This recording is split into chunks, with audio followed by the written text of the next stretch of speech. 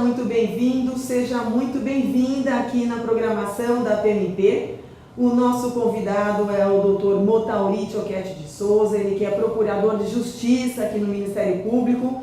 Dr. Motauri ingressou no Ministério Público em 1988. Como promotor de Justiça, passou pelas promotorias do Meio Ambiente, da Infância e Juventude, integrou o IDECA, Instituto de Defesa do Consumidor, passou pela Corregedoria e pela Escola Superior do Ministério Público, foi coordenador da competência originária civil da Procuradoria-Geral, também foi membro da banca examinadora de concurso de ingresso no Ministério Público de número 92, foi membro e secretário do Conselho Superior do Ministério Público, atualmente é vice-corregedor-geral, além de ser professor e autor de diversos livros. Dr. Motauri, muito obrigada pela presença do senhor aqui na PMP para conceder essa entrevista. Eu que agradeço a oportunidade, Dora.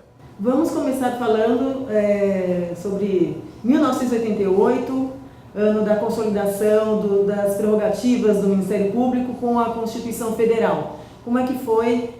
O que o senhor sente do Ministério Público de lá para cá? O Ministério Público é outra instituição, né, muito fruto da Constituição de 88. Eu entrei em janeiro, tomei posse em janeiro de 88.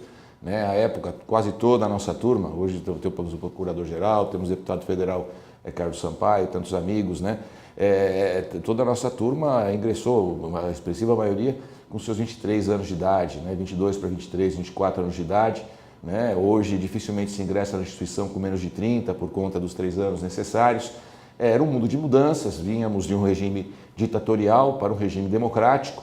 Né? O processo constituinte estava em curso naquela oportunidade, tudo muito estranho, até em termos de concurso, estudo para o concurso, estudamos as perspectivas da nova Constituição, a ordem constitucional então vigente, que era aquela oriunda ainda do regime militar. Tudo era muito complicado, ainda mais para aqueles que haviam acabado de sair, digamos assim, quase que da adolescência e já se dispunham a exercer esse concurso. O Ministério Público, de 88 para cá, mudou radicalmente. Toda a estrutura constitucional do Ministério Público, que ele é hoje, é fruto de 88. E é fruto de 88 porque é fruto das gerações anteriores do Ministério Público que construíram aquele texto constitucional. Então, muita gente hoje entra no Ministério Público, ou tenciona entrar no Ministério Público e vê a instituição já consolidada, mas abstrai que tudo isso é fruto de um processo histórico de construção e importantíssimo. E esse processo histórico passa, inclusive, por verbas remuneratórias, porque todos nós, à época, exercemos funções eleitorais, acumulávamos cargos, acumulávamos comarcas diversas, e nada disso era pago. Né? Era tudo feito às próprias despesas do promotor. Meu salário inicial era de $800 líquidos. Né? Esse era o meu salário inicial do Ministério Público e sem nenhum outro tipo de verba. E já naquela oportunidade brigávamos, né? Todos brigaram para que hoje esse direito a todas essas verbas pudesse vir a ser assegurado. Então esse é um fruto contínuo de um trabalho, não só em termos remuneratórios, como em termos de funções, de perfis, de garantias institucionais do Ministério Público. Temos outro Ministério Público hoje, mas fruto de uma evolução histórica que vem da briga, né, da luta incessante das gerações que se sucedem dentro da instituição. Muito bem, o senhor passou, como todos os substitutos que entram, né, por diversas comarcas e no interior também, e acredito que depois disso foi para a promotoria do meio ambiente e logo em seguida a infância e juventude. Mas eu queria que o senhor falasse um pouquinho como foi esse processo até chegar nessas promotorias e, inclusive, no meio ambiente, a criação da lei do meio ambiente e mais tarde também a infância e juventude, que teve a Procuradoria de Interesses Difusos e Coletivos. Eu ingressei como promotor substituto em Jundiaí, na circunscrição de Jundiaí. Né? É dado curioso, porque integrava a circunscrição de Jundiaí a comarca de Franco da Rocha. Né? Franco da Rocha tinha o Juqueri, ainda em pleno funcionamento, como um manicômio enorme, imenso. E havia 2 promotores apenas em Franco da Rocha. Não havia Francisco Morato, não era promotoria, pertencia a Franco da Rocha, não havia Caieiras. Né? Hoje, se não salvo o melhor juízo, são 5 promotores em Franco da Rocha, mais 4 em Francisco Morato e 2 em Caieiras. Né? Por aí se vê a dimensão, a evolução que o Ministério Público teve desde aquele período. Fui titular inicialmente em Pitangueiras, que é próxima a Ribeirão Preto, e até hoje guardo muito no coração aquela comarca, aquela região, uma das regiões mais queridas que tem. Em seguida fui a Santos, fui promotor auxiliar de Santos, depois promotor titular na área civil, procurador-geral de Santos, permaneci em Santos por 4 anos. Em Santos comecei a trabalhar também na área do meio ambiente, nós tínhamos lá um grupo, hoje são os GAEMAS, À época era um grupo de proteção ao meio ambiente da Baixada Santista, um grupo pioneiro em termos de Estado. Eu passei a integrar esse grupo com outros colegas extremamente valorosos. E num determinado momento, né, o então Procurador-Geral de Justiça, o doutor Araldo, me convidou, porque o doutor Edson Milaré havia sido convidado para ser secretário de Estado, e com isso todos os colegas que atuavam no Centro de Apoio do Meio Ambiente à época foram à Secretaria de Estado do Meio Ambiente, e o doutor Araldo, então Procurador-Geral, me convidou para montar a Promotoria de Justiça do Meio Ambiente da capital, porque não havia promotoria na capital. Até aquele momento, quem fazia a função de meio ambiente na capital era o Centro de Apoio. A nossa lei orgânica, que é de 93, foi quem proibiu o Centro de Apoio de exercer essa função. Mas até então, essa função era exercida pelo Centro de Apoio. Como o pessoal do Centro de Apoio acompanhou o então coordenador Edson Milaré na Secretaria do Meio Ambiente, o doutor Araldo me convidou e eu tive a oportunidade de vir e montar, né, começar a estruturar a Promotoria do Meio Ambiente da capital, isso no final de 1992, em agosto de 92, e lá permaneci por 3 anos. Após eu fui ser assessor da Corregedoria Geral, por 2 gestões com o doutor Herberto e com o doutor Perão. Voltei, acabei indo para a escola, né, por uma vicissitude, não queria, porque eu sempre gostei de ser promotor, eu não sou muito afeto a cargos de gabinete, eu sempre gostei dessa função de execução e continuo nutrindo grande gosto por ela. E em seguida fui à Promotoria de Difusos da Infância e Juventude, onde lidávamos muito com políticas públicas, não havia grupo de educação, então toda a parte de educação estava sob nossa responsabilidade, questões de saúde, questões de assistência, programas os mais diversos ligados, né, aos interesses meta-individuais de crianças e adolescentes. E ali me realizei, né, pela importância, pela relevância do trabalho e pelo resultado prático que nessa área você consegue alcançar. Na área do meio ambiente, esse resultado é bem menos visível, é bem mais complexo.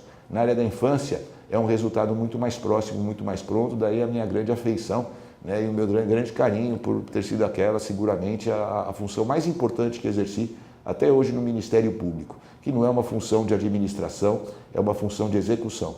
Não há nada que se compare à gratidão ou à satisfação pessoal que tive do exercício dessas funções. Nenhuma outra função jamais vai suplantar a importância na minha vida que foi aquela de promotor da infância e juventude na área de difusos.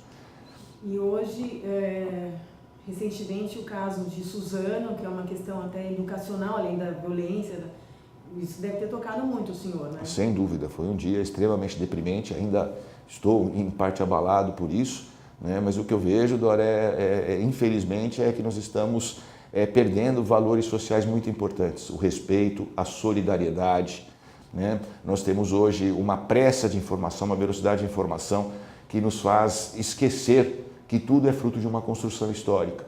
Então, quando nós passamos, por exemplo, pelo momento de Brumadinho há pouco, agora esse episódio de Suzano, nessas ocasiões surge um senso de solidariedade, um senso coletivo, né, assim, e comum, né, de dó, de piedade, de tristeza.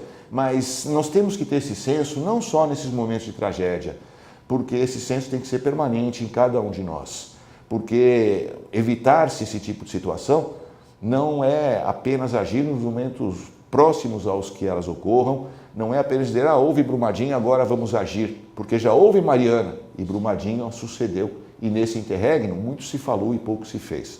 Na verdade, nós temos um processo hoje socialmente nocivo, né? Que é essa ausência de solidariedade, essa ausência de fraternidade, um egoísmo exacerbado do ser humano, e isso leva a um fracionamento social, leva as pessoas a buscarem fugas, e essas fugas muitas vezes importam, né, em caminhos que fazem com que a pessoa pratique condutas ou tenha comportamentos como esse que infelizmente nós verificamos. O senhor já foi assessor da Corregedoria Geral e hoje o senhor é o vice-corregedor, né?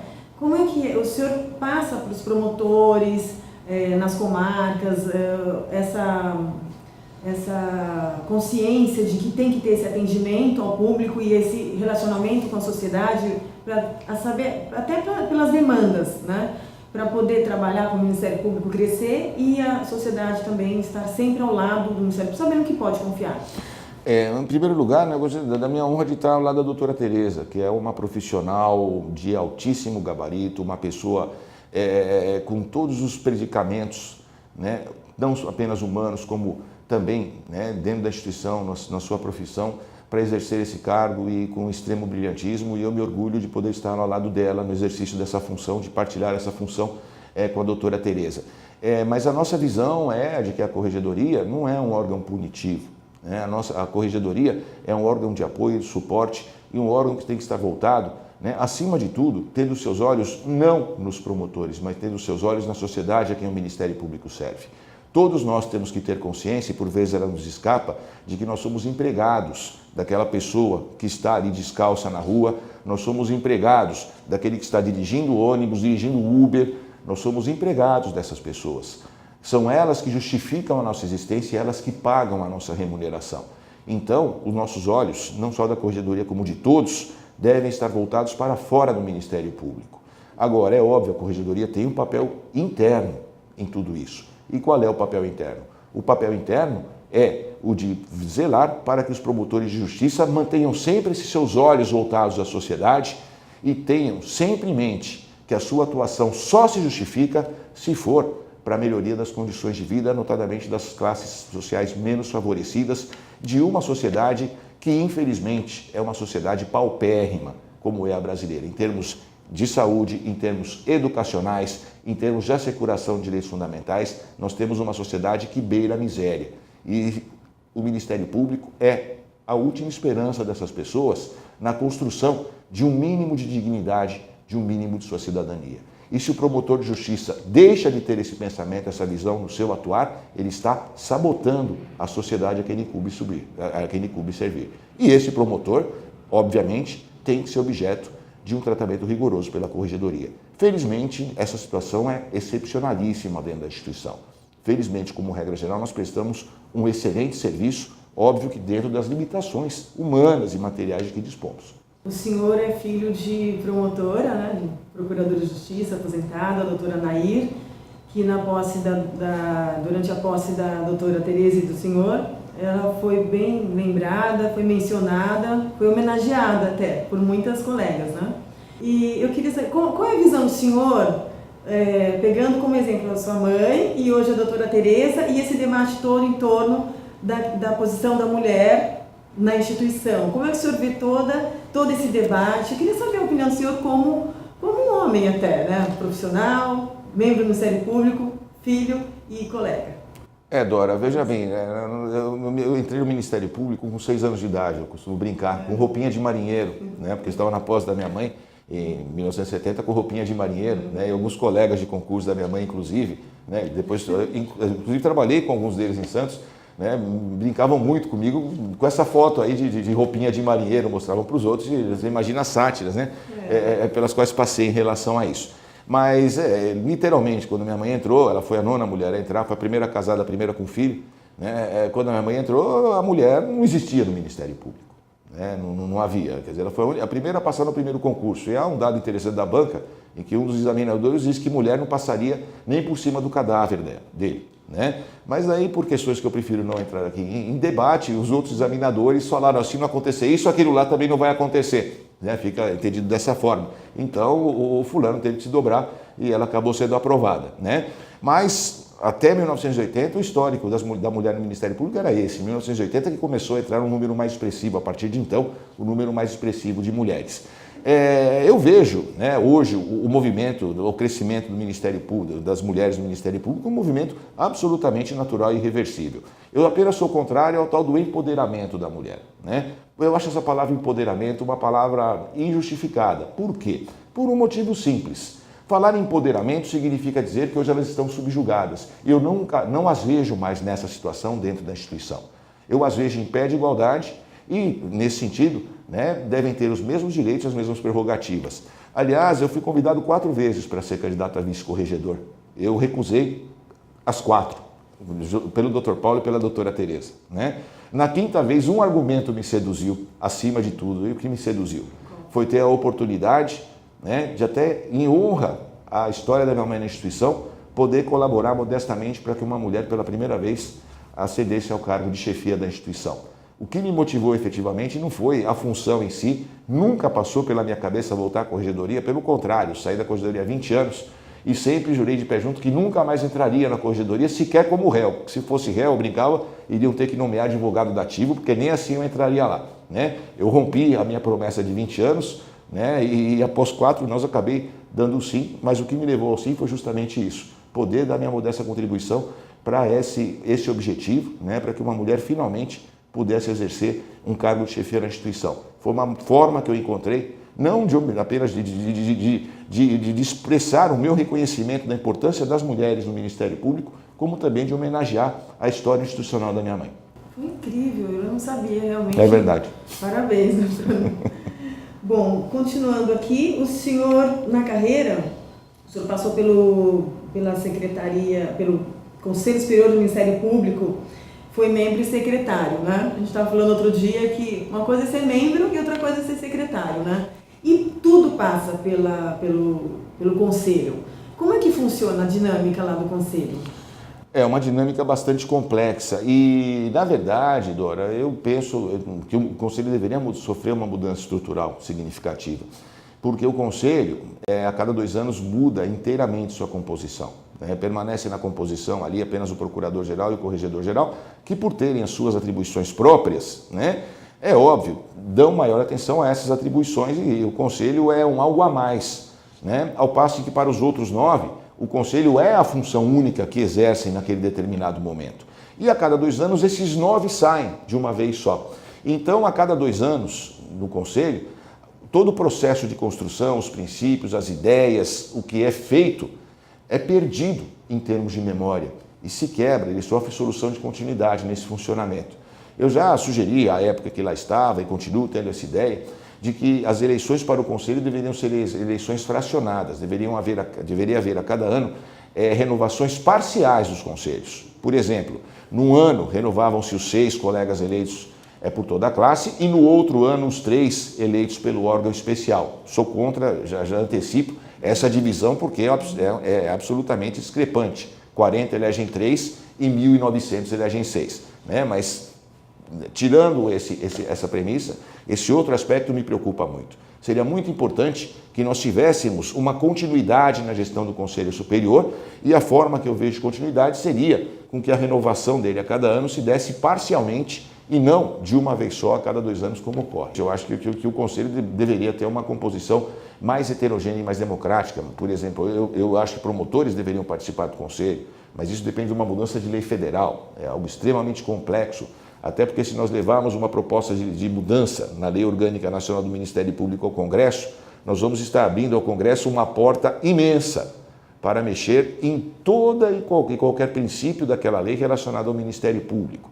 Então é uma situação extremamente complicada, né? Mas eu tenho por premissa, por ideal, e aqui eu estou abstraindo o aspecto legal, né, que o Conselho deveria ser um órgão de composição bem mais heterogênea do que é, e, para tanto, né, haveria necessidade da participação da primeira instância e, mais do que isso, né, que o direito de sufrágio também tivesse uma distribuição mais lógica, mais razoável, mais equânime entre o órgão especial e todos os demais membros da instituição.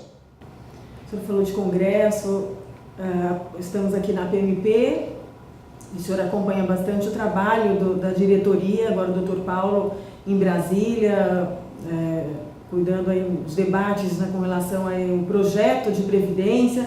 Como é que o senhor vê o trabalho da APMP nesse sentido de estar cuidando das prerrogativas dos promotores? Como é que o senhor vê o papel da instituição nesse trabalho das prerrogativas dos promotores e promotoras? Dora, eu não digo apenas pelo Paulo, que é quase que um irmão fraterno, né? Ou mesmo pelo Molineiro, com quem tive a honra de dividir o Conselho Superior por 2 anos, um colega da mais alta estirpe, ou o Felipe, com quem estive na banca de concurso também, um colega dos mais brilhantes, né? Assim como a todos os seus antecessores. Mas eu vou te dizer, eu acho que eu vou tentar definir isso, porque não adianta aqui ficar fazendo grandes elogios, etc. Né? Eu acho que tudo isso pode se resumir na seguinte circunstância. Tudo o que se passa é muito preocupante para nós. Muito, não tenha nenhuma sombra de dúvida. Né? Muitas vezes os colegas não têm a dimensão de que de uma hora para outra pode surgir uma proposta de emenda constitucional retirando a nossa paridade com o judiciário. Né? Quanto mais nós nos expomos, mais riscos nós corremos, inclusive de chegarmos a situações extremas como a que acabei de dizer para você. E os colegas muitas vezes não veem, né? E acabam tomando posturas irresponsáveis e inconsequentes, né? Que geram reflexos externos extremamente nocivos para o Ministério Público. Agora, ao mesmo tempo em que a preocupação é muito grande, eu posso dizer a você, essa resposta à sua pergunta, né? Que eu durmo com a cabeça absolutamente tranquila por saber que quem está defendendo os meus interesses, né, são as pessoas que lá se encontram, são os nossos dirigentes da associação, pessoas por quem eu nutro, em quem eu tenho a mais absoluta confiança e pelas quais eu nutro o mais absoluto apoio, o mais absoluto afeto, o mais absoluto carinho e respeito. Eu acho que isso responde, sem aqui ficar entrando em rasgações de seda, né, porque elas estão subsumidas no que eu acabei de dizer, penso eu. Você gostaria de fazer uma consideração final?